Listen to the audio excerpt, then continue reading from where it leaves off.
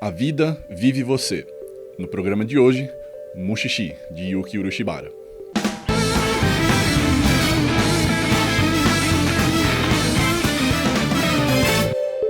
Bom, gente, antes de começar, já larga aí o seu like, se inscreve no canal se você ainda não é inscrito e ative o sininho para receber uma notificação toda vez que um vídeo novo for ao ar, beleza? Então vamos lá.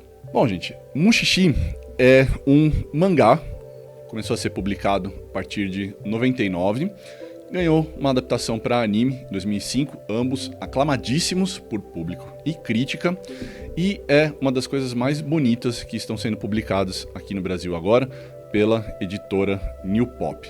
Ele vai ser publicado em 5 volumes, a altura dessa gravação ele ainda não terminou de ser publicado, mas tem uma coisa que facilita você ir acompanhando, que eu já vou chegar nisso. Para não falhar, qual que é a sinopse? Dessa vez é fácil.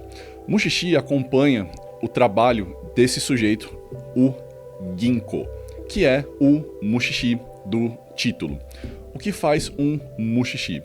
Ele é um especialista na existência de Mushis. Mushis são entidades, vamos chamá-las assim por enquanto, que habitam o mundo, mas que não podem ser percebidas por seres humanos comuns. Alguns são privilegiados ou amaldiçoados, dependendo do seu ponto de vista, com a habilidade de ver e interagir com esses seres. Esses são Mushishi e Ginko é o personagem que nós acompanhamos nesse processo. Por que eu disse que não tem problema ela ainda não ter terminado de ser publicada? Porque o mangá ele é bastante episódico. Ele é um procedural. Cada edição, cada númerozinho, cada historinha é fechada em si mesma e conta com uma reflexão diferente, conta com uma historinha diferente.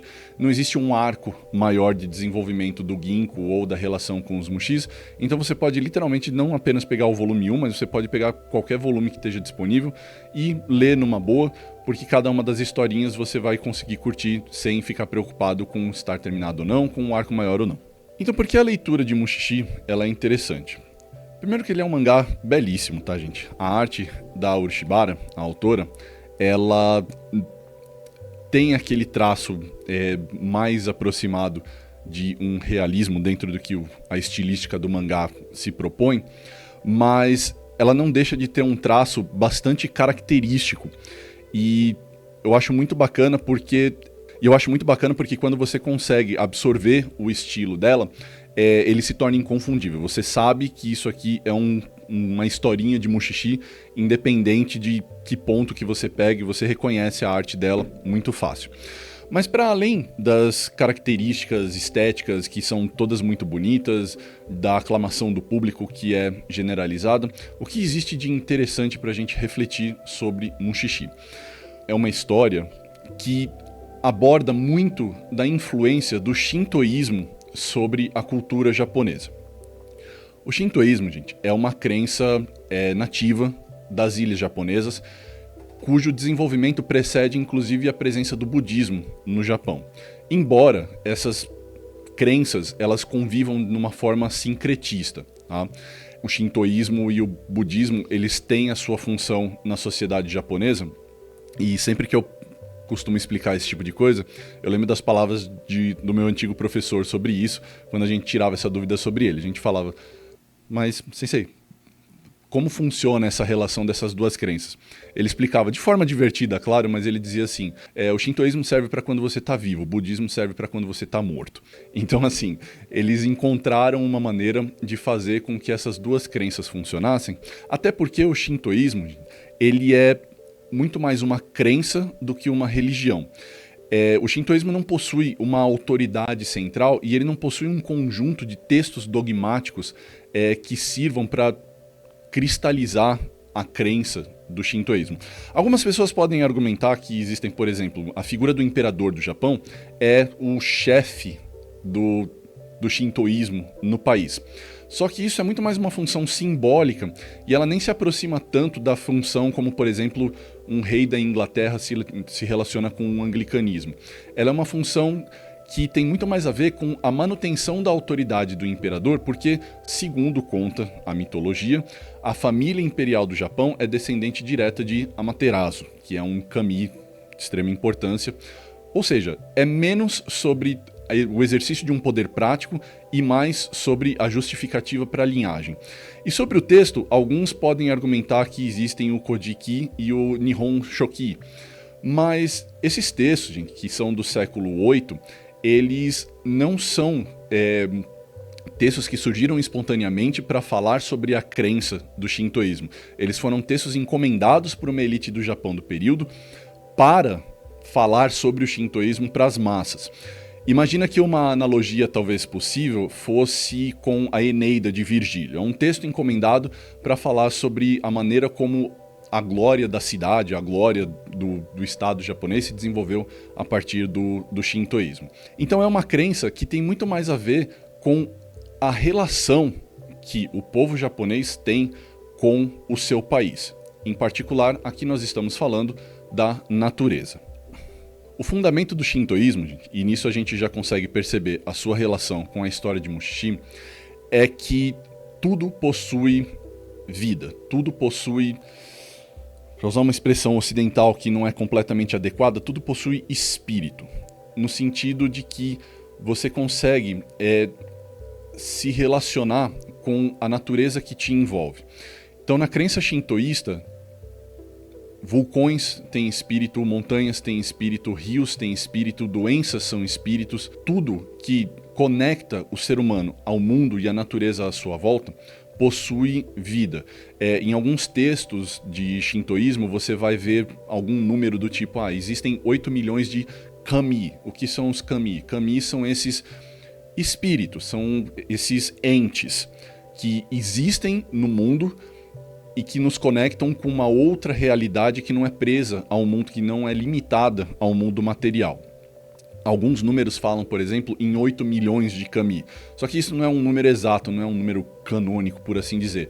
É uma maneira alegórica que a cultura oriental tem de falar sobre algo que é infinito, sobre algo que é incognoscível, que não necessita desse tipo de lógica objetiva. Tá? Você simplesmente sabe que tudo que existe ao seu redor possui um espírito.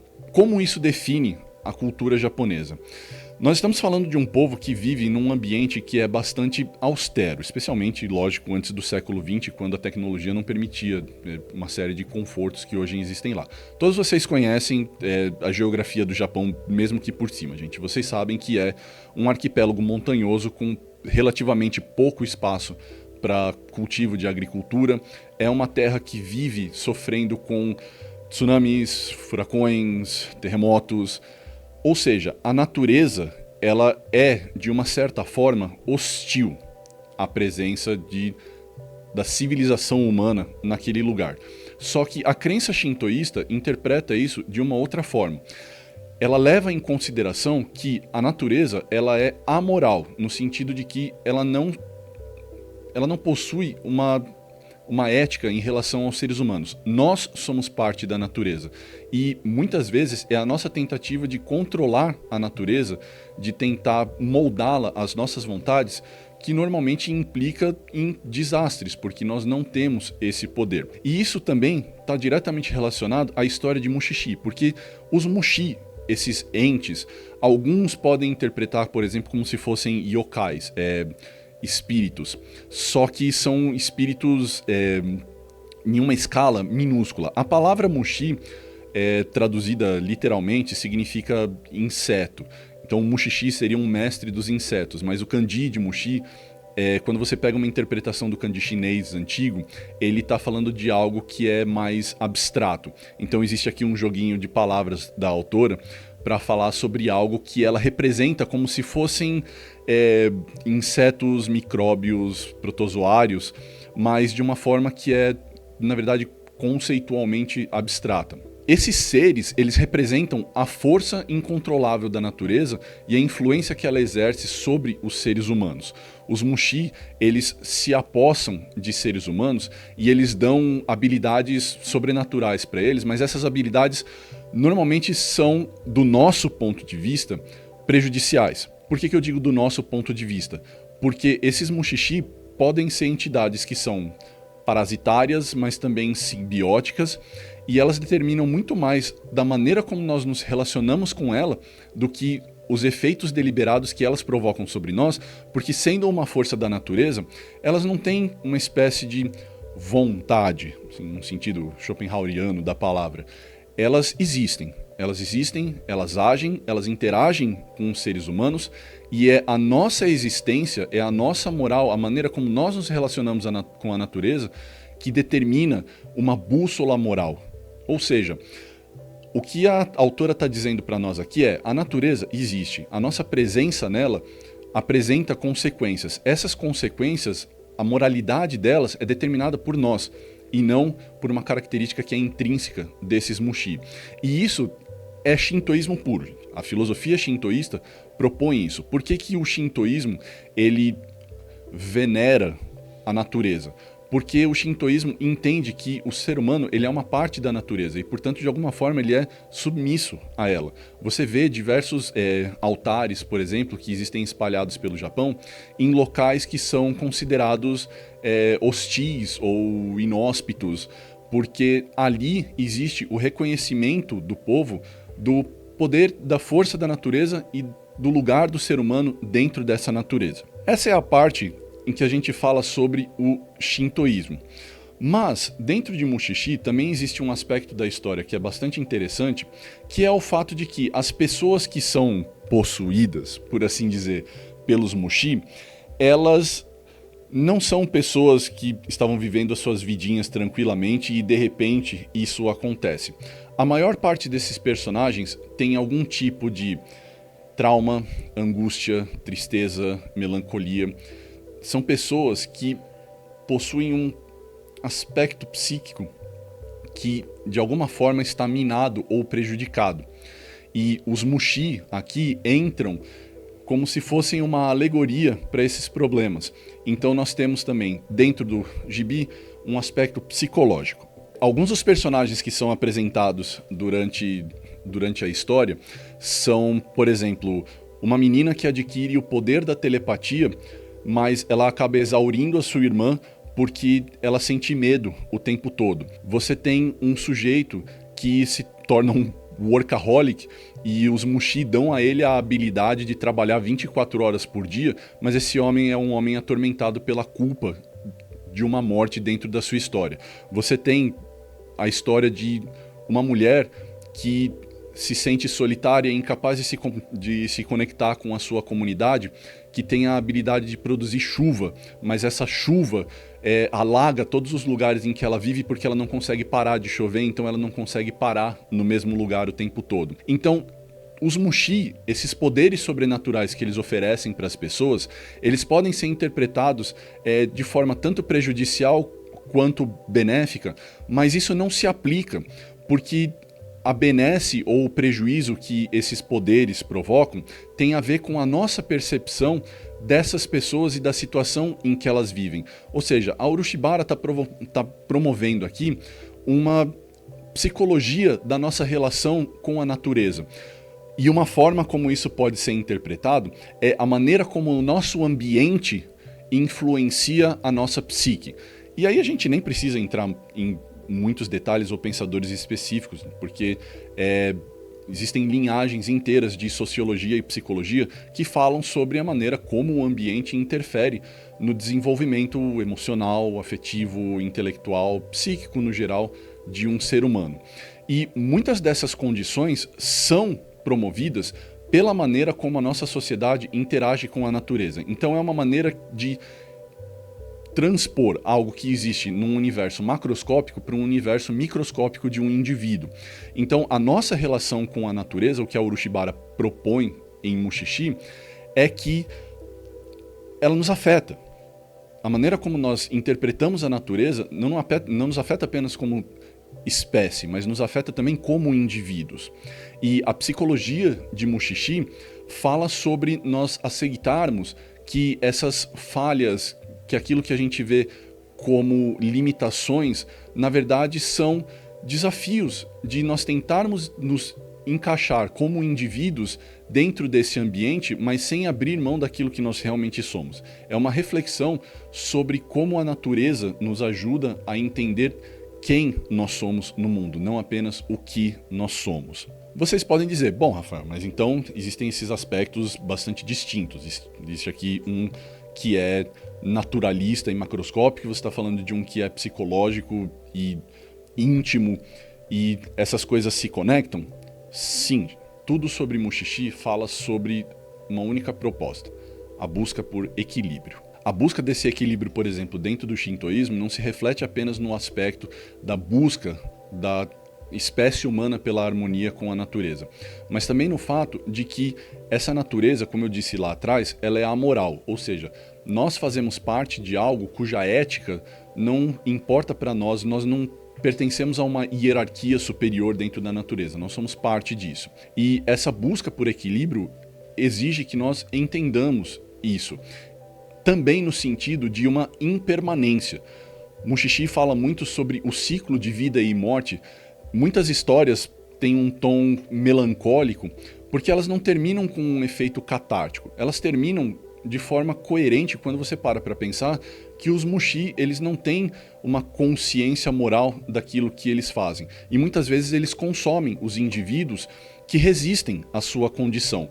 Quando o Ginko ele se apresenta nas vilas, ele se apresenta como um Mushishi, como alguém que possui uma solução para a relação dos seres humanos com os Mushi, mas não uma solução de um problema. É uma solução dialética. Quando ele se apresenta nas vilas, ele propõe às pessoas uma maneira de dialogar e de interagir com os Mushi e aí então encontrar a solução para o que as pessoas consideram um problema. Mas nem sempre esses personagens, o que é bastante coerente com a condição de algumas delas, vão aceitar aquilo que é necessário ser feito. Elas resistem, elas negam e a sua relação com a natureza, na forma dos Mushi, se torna desarmônica. E muitas têm um fim que não é um fim catártico, que não é um final feliz. Porque a natureza nem sempre promove um final feliz, porque a harmonia é um aspecto maior e não relacionado a uma hierarquia maior do ser humano dentro da natureza. Isso também se reflete, então, como eu disse, nesse nível macroscópico e nesse nível microscópico.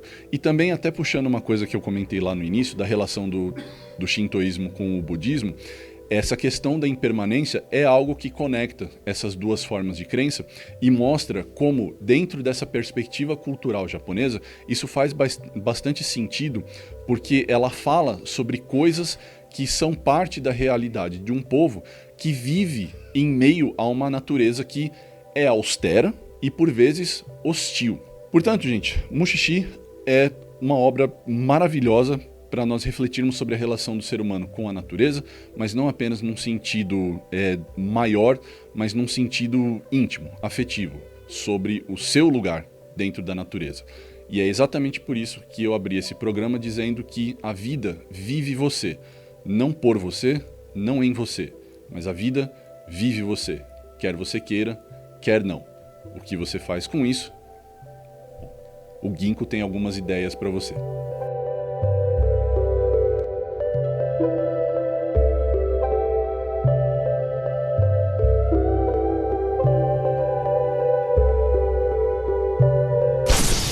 É isso aí, pessoal. Esse foi o nosso programa sobre Mushishi.